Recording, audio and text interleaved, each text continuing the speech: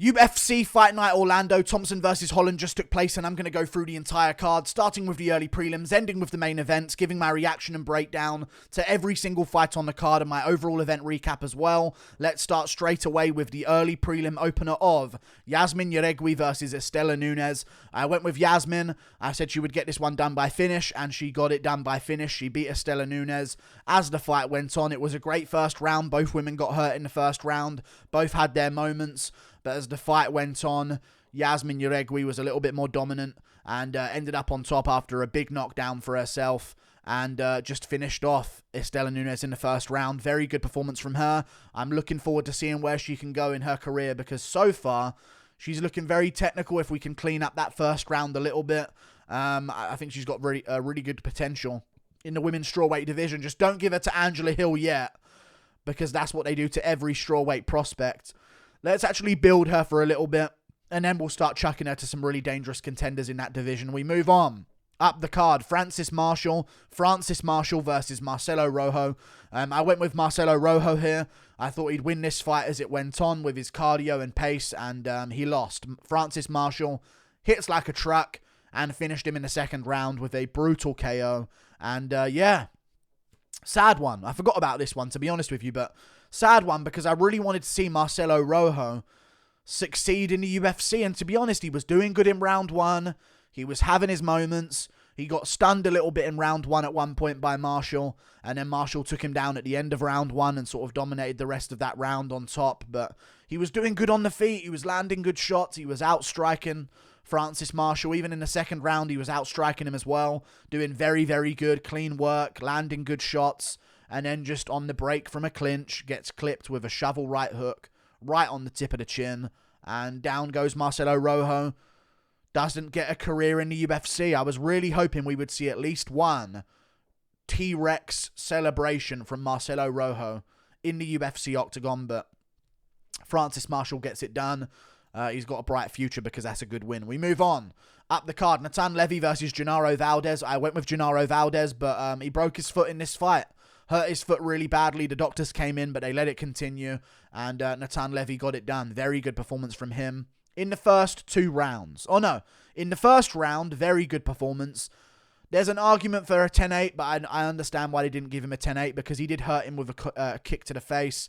And then he hurt him with another kick and dropped him with it badly. Then he hurt him with a kick to the body as well. So I just thought there was multiple moments where he was doing good stuff and hurting Genaro Valdez. So there could be an argument for a 10-8 round. But round two was Genaro Valdez's round. Hurt Natan Levy multiple times in that round. Ended up on bottom at the end of the round. Some judge still gave that round to Natan Levy. Maybe Ye was right. That's all I'm going to say. You know what I mean? But some judge was smoking on that yaya. So I don't understand why they gave round two to Natan Levy. But Genaro Valdez tried to pour it on, but broke his foot. And in round three, he just couldn't stabilize himself. And Natan Levy just sort of held on to him for a decision win. Got the job done in round three. Rocked him a couple of times on the feet. Both guys stung each other. And Natan Levy came out on top. Very good performance by him. And he got the job done. Good stuff. We move on. Up the card to another fight. Jonathan Pearce versus Darren Elkins. I went with Jonathan Pearce to win this one. He was another lock of the card. I had him and Juaregui as locks of the card, and both of them won. They were expected to win, and we got to stop Darren Elkins from fighting.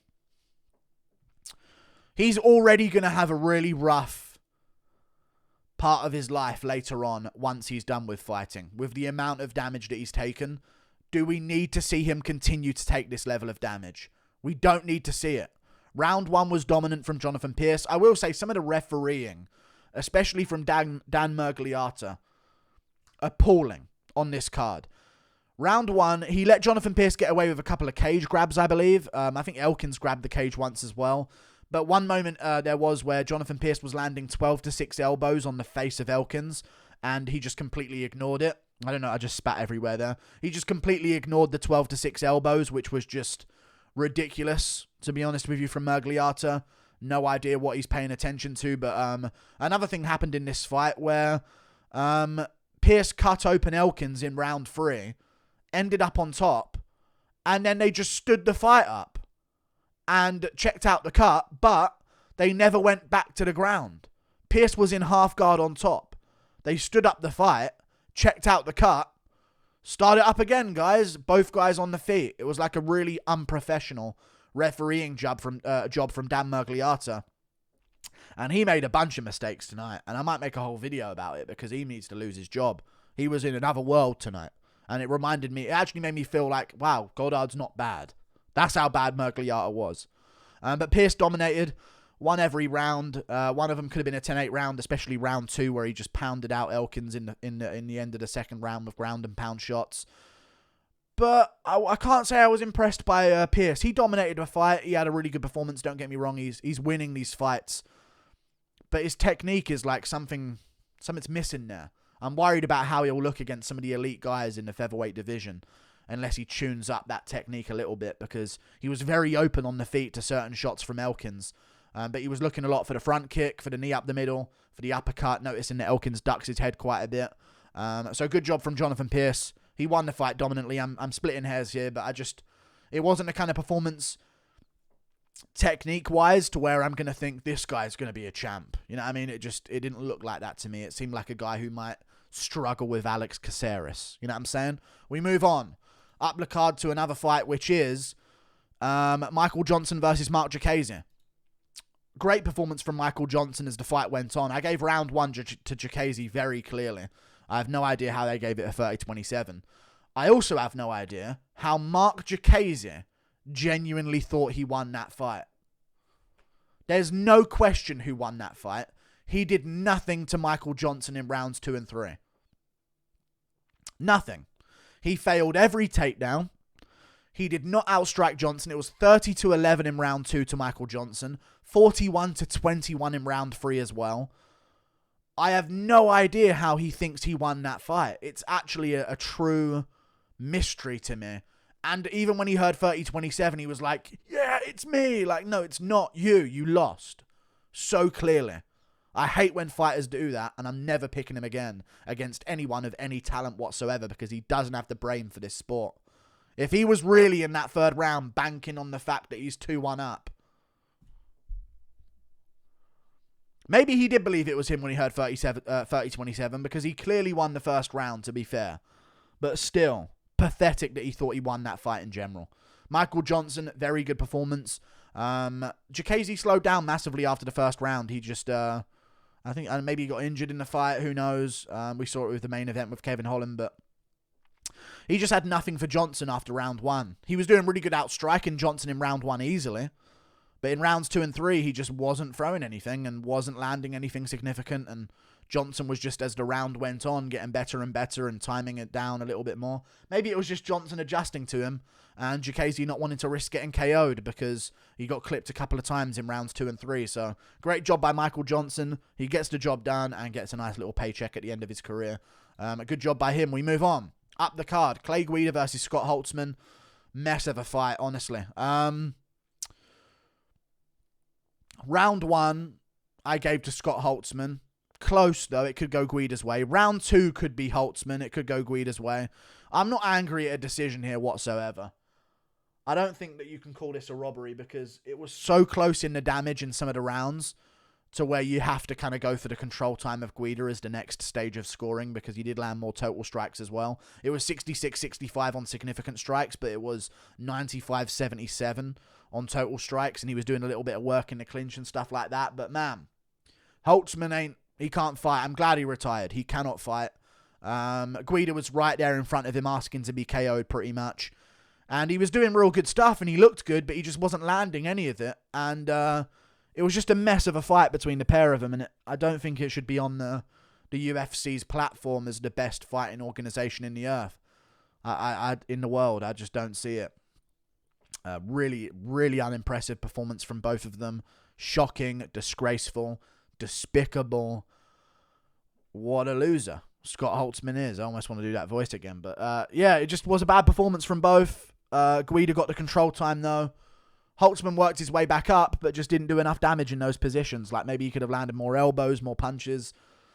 But just had so many opportunities to land on Guida in front of him and just never took them.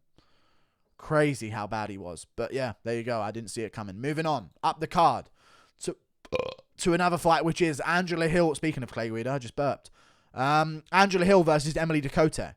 I went with Angela Hill by dominant decision win as an upset. I don't know how she was an underdog here. Emily Ducote is not proven whatsoever. And Angela Hill can take shots off girls like Amanda Lemos, so I didn't see the power of Emily Ducote being a problem. And, yeah, Hill just dominated her start to finish. Round 3 got a little bit more competitive, I get that, but 1 and 2, Ducote literally had nothing for Angela Hill. Absolutely nothing for her. Just standing there getting beaten up. If I picked Ducote to win that, and that's what she came up and showed up like, I would have had a tantrum. A real tantrum. Because she did nothing other than throw punches at the chest of Angela Hill and back up and get beaten up the entire time. In the clinch, she had no answer. Bunch of knees in the clinch from Angela Hill. Ducote had nothing. She really had nothing. Angela Hill gets it done. Very good performance from her. Very, very clean win. And she just scoots off into the distance. Hopefully she'll get another big fight coming up soon. And yeah, let's chill before we give these up-and-comers to Angela Hill and these ranked women's fighters, because there is a gulf of difference.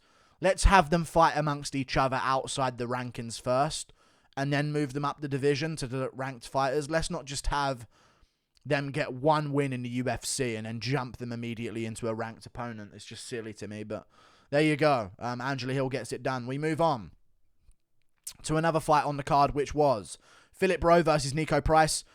Philip Rowe won this fight. Niko Price actually outlanded him significantly every round. I didn't even notice this. 34-20 in round 1, 34-17 in round 2, and 42-26 in round 3. But Philip Rowe got it done. Round 1 and 2 could go either way. On damage, you can give them to Niko Price, but on moments, you can give them to Philip Rowe. He had a moment where he stung Price with a really good shot in round 1. He had a moment in round 2 where he took him down and had an attempt at a rear naked choke on Niko Price. Even before he took him down, had an attempt at a guillotine as well in round 2. So it could have been 1-1, could have been 2-0 either way. Going into the third round, I think it was more likely 1-1 or 2-0 Philip Rowe. I picked him to win this one by TKO, and he got it done by TKO in the third round after Niko Price poured it on, almost finished him, came forward, tried to land a whole bunch of big shots, but ended up just sort of like wailing his arms around because he was so gassed out, trying to go for the finish. And Philip Rowe ended up getting a counter shot off, rocked Niko Price badly, and then started piecing him up against the cage with some really good combos. And yeah, Price folded up a little bit too much, didn't throw back enough, didn't defend himself correctly, and the referee stepped in. Philip Rowe gets it done by TKO in the third round. I will say this, I hate nothing more than a weight bully in this sport. He was 2 weight divisions above Niko Price is what he looked like. Looked about 2 weight divisions above, and he missed weight. I don't care about anything else. If you're going to be a weight bully, do it correctly and make the weight. Because not only did he cost Niko Price a win potentially by being a weight bully and by missing weight and not having to go through that weight cut, but he made it so that this couldn't be fight of the night, which it could have been. I know the main event was fight of the night, but they could have tried to give out another bonus. But he removed Price's ability to earn a fight of the night bonus because he missed weight. I hate it. Good win from Philip Rowe, though. Make weight or fight up a weight class against people your own size, you absolute pussy. Moving on. Up the division. He's not even good, but he beat Niko Price, and I thought he would. We move on. Eryk Anders versus Kyle Dorcas. Speaking of not very good, Dorcas, many L's is what he's taken. Eryk Anders kept hurting him, had his moments. Listen, Dorcas was landing some decent shots here in combination, but landing some good leg kicks as well on the leg of Eryk Anders, but it just wasn't really doing too much. I think he tried to pick up where Khalil Roundtree left off by chewing at the legs of Eryk Anders, but he wasn't Khalil Roundtree. He was Dorcas, who's built like a fucking egg, and he got pieced up really badly. Really, really badly. Beaten up in the first round, rocked multiple times, hurt with a big punch that dropped him in that round as well. Even they clashed heads and he got rocked and had to overcome that as well. And I think he's probably saying to himself, if I didn't get rocked by that headbutt, I thought once I got hit by that headbutt, it was all over, I didn't even know where I was and all this type of stuff. But no, you just weren't good enough. You were just too open. Eryk Anders was finding the chin often and very hard as well. And landed a big one in round 2. finished off Dorcas with ground and pound afterwards. Dorcas was just not responding on the ground or improving his position. Very good performance by Eryk Anders. He bounces back and keeps his job, so good for him. I like Eryk Anders, so I'm glad he kept his job. We move on up the card to another fight, which is Roman Dolidze versus Jack Hermansson. Jack Hermansson, dude, threw it away. Why did he take him down? I know he's a grappler, and that sounds crazy to say, why did Jack Hermansson try and take someone down? His striking has improved so much. Round 1, 25-4 on significant strikes for Jack Hermansson. Dolidze had nothing for him. Hermansson was chewing up his legs, hurting him to the body with big kicks, out-punching him as well on the back foot, and he shot in for a takedown, and Hermansson went in, got a takedown, got a good position, and Dolidze just immediately scrambled up and swept himself into top position. Hermansson barely survived it and ended up back on top and ended up against a cage. But at the same time, like, after that first round sequence where Dolidze almost hit him with that sweep, after going for an armbar and a leg lock and ended up on top, don't go back to the ground. You're schooling him on the feet, and he was schooling him on the feet in round 2, picking him apart. Dolidze was not landing a single shot on him whatsoever. And then, credit to Dolidze, when Hermansson took him down,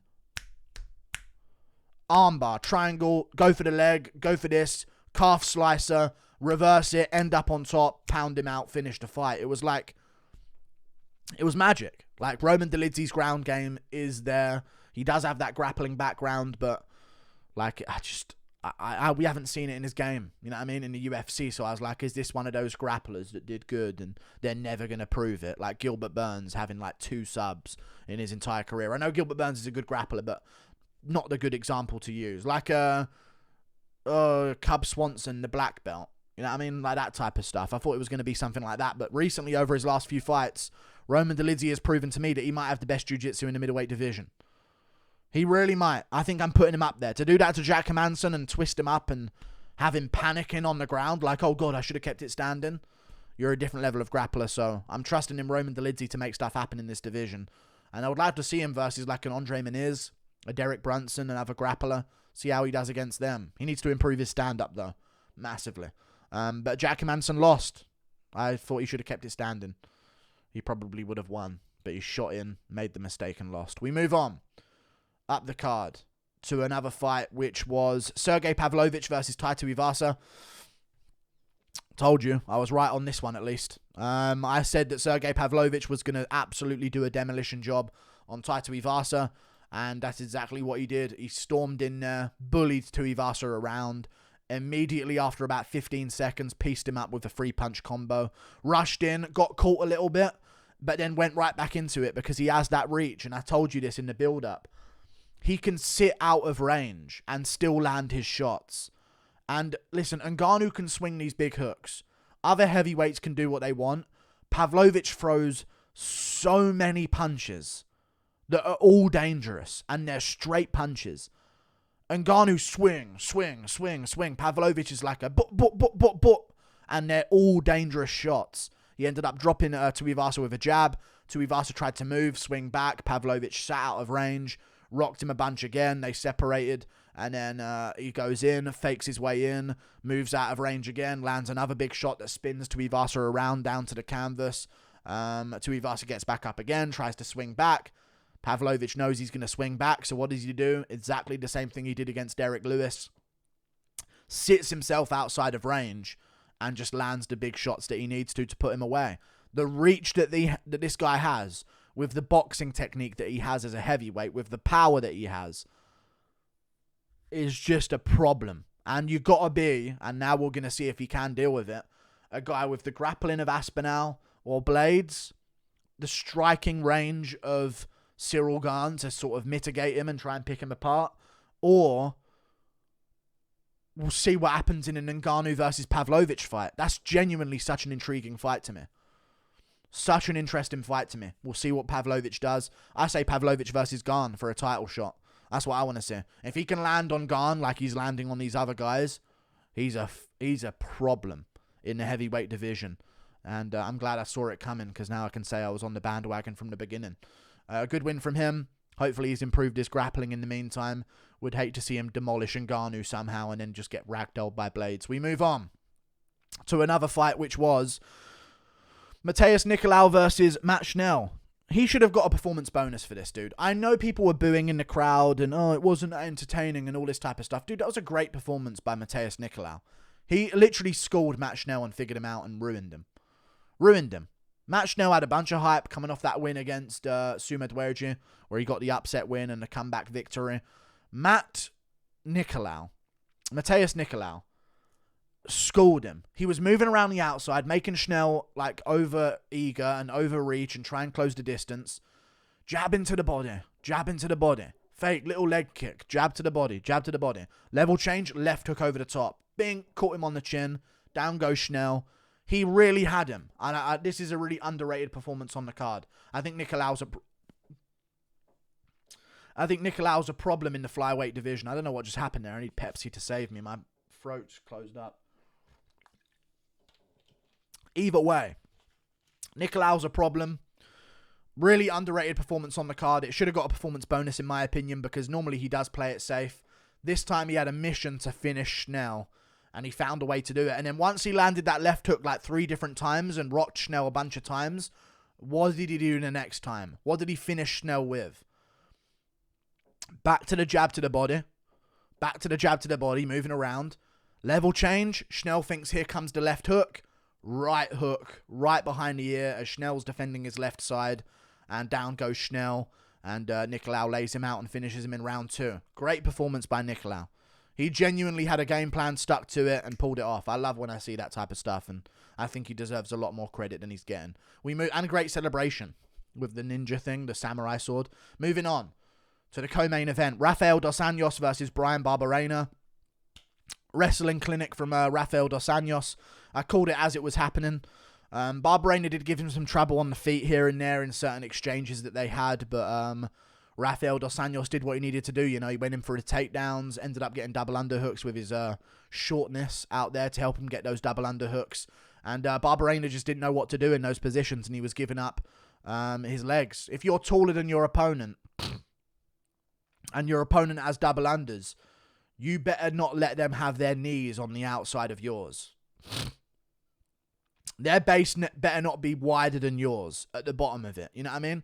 Barberena had given up double underhooks. He's the taller guy. So RDA should be up on his toes to keep that double underhook on Bryan Barberena. And Barberena was like lowering himself, but like standing back up. And almost like squatting whilst he was being with these double underhooks from RDA. So RDA just waited for him to sort of like posture himself up a bit, got the knee position and went for outside trips. And he got it twice. The first round he went for an arm triangle, but Barberena was defending well and surviving it by pretending to be on the phone.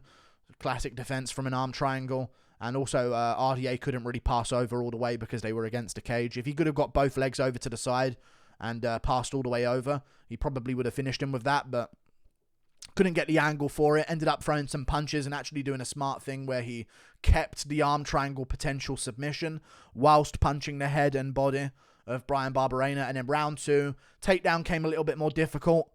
Very difficult takedown to get in round 2, but eventually it ended up in the same position. Got his double underhooks, and Barberena made the same mistake. He gave up leg position, outside trip from dos Anjos. Same situation. This time, waiting for Barberena to give up his back on the way back up, and he choked him out with not even like a neck choke. It was across the face. He just crushed his skull with like enough pressure. He must have known he had it. Round 2 submission from Rafael dos Anjos. And called out Conor McGregor. We'll see if he gets it. Great performance from him. I doubt he gets the McGregor fight. We move on to the main event. Stephen Thompson versus Kevin Holland. Amazing fight. Great win, performance by Kevin Holland in the first round. And in the second round as well. He looked really good too. So I don't think he broke his hand in the first round. I think he broke his hand start of the third, end of the second. Around there is what I'm willing to give him. I'm not saying he broke it in the first round. He was throwing it very well and landing it well in the second round as well. But good performance by Wonderboy. Very good. As the fight went on, he was schooling Kevin Holland. Holland's got a chin like no one else. Amazing chin to take all the shots that he did. I made a full fight reaction to this on my channel. It's already out on the channel right now, so you guys can check it out. But amazing performance against Kevin Holland from Wonderboy. It's a shame that